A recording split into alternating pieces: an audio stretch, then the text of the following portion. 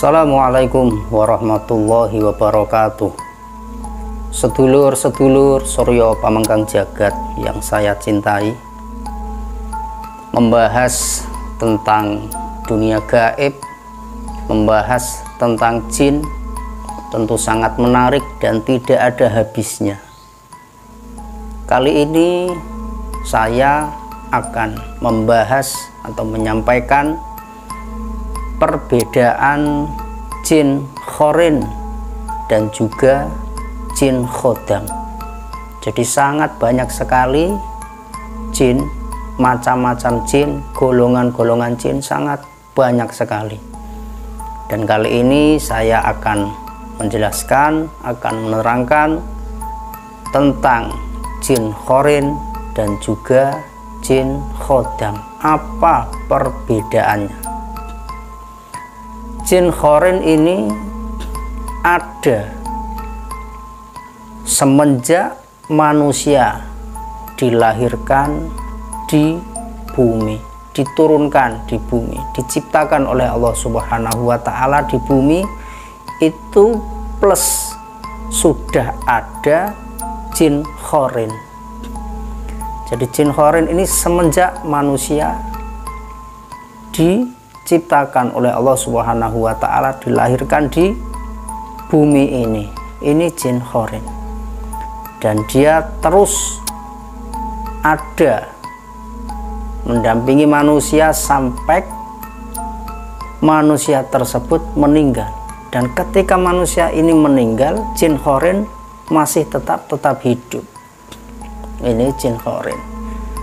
Kemudian tugas-tugas jin khorin ini untuk apa?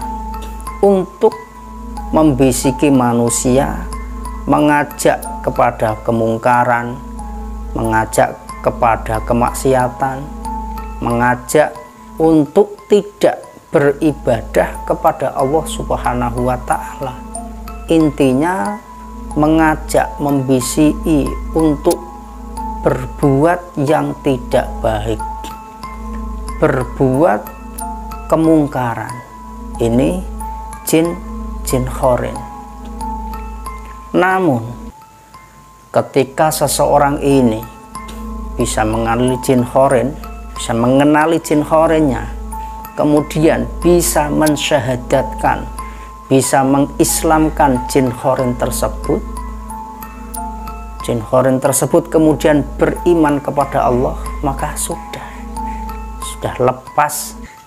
Dan jin khorin ini akan menjadi jin khorin yang taat, beribadah kepada Allah, sudah tidak mencampuri kehidupan manusia tersebut. Maka manusia ini jadi dirinya sendiri, jadi jati dirinya, yaitu jadi hamba Allah yang sesungguhnya. Dan jin khorin ini akan melakukan ketaatan, beribadah kepada Allah Subhanahu wa Ta'ala karena dia sudah mengenal atau sudah disyahadatkan dengan kalimat asyhadu alla ilaha illallah wa asyhadu anna muhammadar rasulullah. Secara tidak langsung dia sudah menjadi jin yang Islam, dan dia punya kewajiban untuk beribadah kepada Allah Subhanahu wa Ta'ala. Dia akan menjadi jin yang beriman, yang bertakwa kepada Allah Subhanahu wa Ta'ala. Kemudian perbedaannya dengan jin khodam. Jin khodam ini lahir atau ada ini ketika manusia biasanya dia senang melakukan amalan-amalan. Contohnya misalkan dia membaca bismillahirrohmanirrohim 1000 kali, maka khodam atau jin khodam tersebut dengan sendirinya akan ikut, akan ada, memunculkan. Yang jelas ketika dia punya amalan atau wiridan secara rutin, misalkan bismillah 1000 kali, misalkan membaca fatihah 100 kali, ini secara otomatis mengundang jin khodam untuk masuk untuk mendampingi, untuk berkhidmah kepada orang yang suka melakukan amalan tersebut, yang suka sholat sunnah mungkin barangkali rutin, istiqomah, kontinu. Secara tidak langsung jin khodam tersebut yang suka, dia akan mendampingi orang-orang tersebut. Itulah jin-jin khodam, lahirnya atau datangnya jin khodam itu seperti itu. Ada juga yang dari keturunan,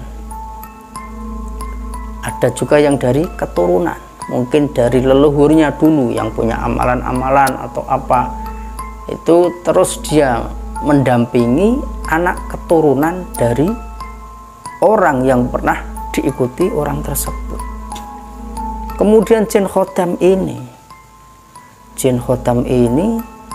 misalkan dia mengamalkan sholawat 1000 kali, mengamalkan bismillah 1000 kali, kemudian dia punya jin khodam, jin pendamping atau perewangan istilahnya, maka sifat daripada jin khodam tersebut ini tergantung dengan akhlakul karimah orang yang melakukan amalan tersebut. Misalkan tadi yang mengamalkan bismillah 1000 kali ini akhlaknya tidak bagus, maka khodam tersebut secara otomatis juga khodam yang akhlaknya tidak bagus. Maka dari itu khodam tersebut tergantung dari kesifatan, tergantung daripada akhlak orang yang mengamalkan wirid-wirid, tersebut. Itu tergantung pada akhlaknya, sifatnya, entah itu dari amalan puasa, entah itu sholat sunnah atau wirid-wirid tertentu yang dilakukan. Ini tergantung, kembalinya lagi tergantung kepada kesifatan orang yang melakukan amalan-amalan tersebut atau wirid-wirid tersebut. Jadi setiap manusia ini pasti punya khorin, jin khorin, tetapi belum tentu punya jin khodam.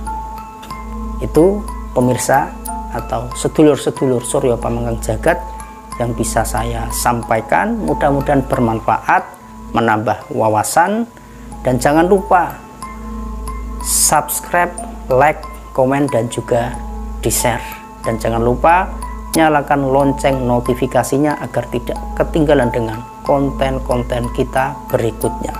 Assalamualaikum warahmatullahi wabarakatuh.